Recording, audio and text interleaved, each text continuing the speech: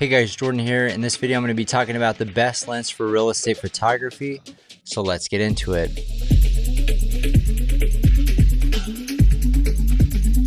All right, so if you're new to my channel, I talk about real estate photography. So if that's a topic you're interested in, make sure to subscribe. In this video, I'm going to be giving my opinion on the best real estate photography lens in 2022. Now, there are a lot of options on the market today, and primarily I'm a Sony shooter, but I'm also going to give a couple options that I like for my Nikon and also my Canon camera. So I'll go over 4 lenses that I have right here. So these are the 4 lenses by Sony that I use for real estate photography. This is the Zeiss f4 16-35. Have used all these lenses extensively, except for maybe this one. I don't use it as much. This is the 12-24 G Master 2.8, and the reason why I don't shoot with this one a whole heck of a lot is because it is so heavy and the element is massive.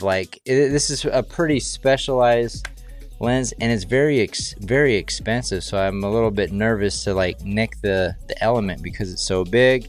Now, this is the one that I shot with previously a lot in previous years. This is the 16-35 2.8 G Master. It's a great lens. Don't have many complaints with this. I do definitely think it's an upgrade from the Zeiss, but it is about twice the price. Now, this one is the newer one. It's the 16-35 f4G power zoom Sony lens, and this one right here is my favorite. Is the lens that I use most frequently in 2022. Now, the reason why I like it, I mean, there's a lot of reasons, right? You know, I actually really like the power zoom on it. I don't even have to touch the zoom element on this. Obviously, it just has like an infinite thing, but I use the Bluetooth remote when I'm shooting real estate photography, and I could use the plus minus buttons to zoom in and out with this lens. I also love this lens because it is super light, and it is significantly lighter than any of these other ones. I would say it almost feels like half the weight of these other ones. This one compared to this one is probably 1/3. But you can also see the form factor.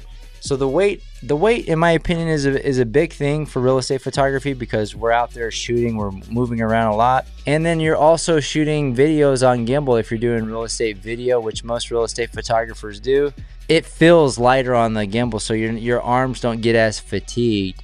And not to mention the quality that you're getting out of this lens. It's a great lens. I would say it's pretty close to the G Master from an optical standpoint. Obviously, the aperture is not as fast. It doesn't have 2.8. It's f4, but that's sufficient for most real estate photography shoots. And I also love that it has dedicated autofocus, manual focus buttons. It also has the dedicated aperture ring. And so they packed a whole lot of features into this tiny little lens. I also love it because the power zoom on it, the element doesn't come in and out, right? So like if I'm shooting one of these, if I switch from 16-35, or if I'm on a gimbal, right, and the element comes out, my gimbal is no longer balanced correctly. So yeah, definitely a lot less, it's just, just in my opinion, from a workflow perspective, it's just easier as a real estate photographer. If you're a Sony shooter, right? Now let's transition over here to the ones that I use on my Nikon and also my Canon. So the lens, if you are a Nikon shooter, the one that I like is the 14-30 f4.